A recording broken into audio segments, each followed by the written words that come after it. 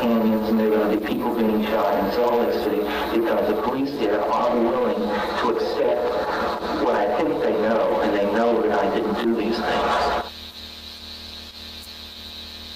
What do we have here, Ken? Let's see. You always say an indictment, all right? Why don't you read it? You're up for election, aren't you? Mr. Bundy got it, didn't you? Mr. Bundy told me that you told him that you were going to get me. You said you was going to get me, okay? You got the indictment. It's all you're going to get. Let's read it. Let's go.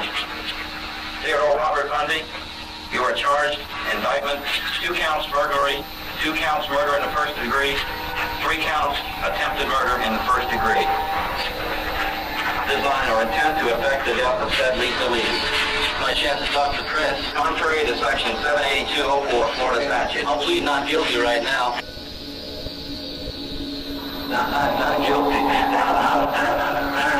Does that include the time I stole comic book when I was 5 years old? I'm not guilty of the charges which have been filed against me. And the allegations, the rumors, and I don't know all of what you're speaking about, Lucky.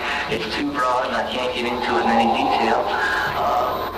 But I'm satisfied with my blanket statement that I'm innocent.